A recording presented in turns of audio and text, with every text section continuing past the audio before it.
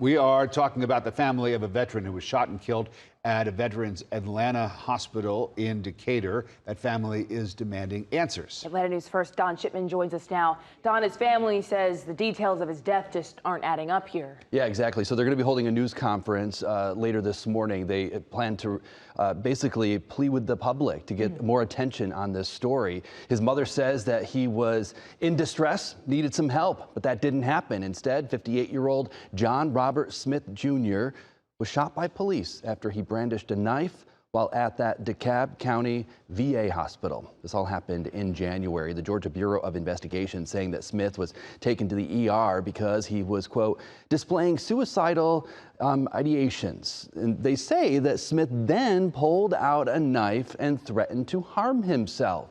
When hospital police responded and told him to put the knife down, the GBI says that Smith refused and ran towards the staff member while holding that knife.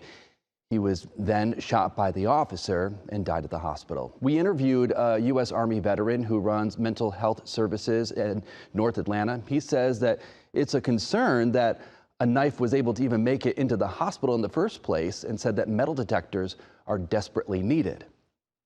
The number one issue with suicide is going to be guns or knives. And the question is, what is the VA doing policy about preventing that coming into hospitals? I mean, schools have them. Why doesn't the VA have them?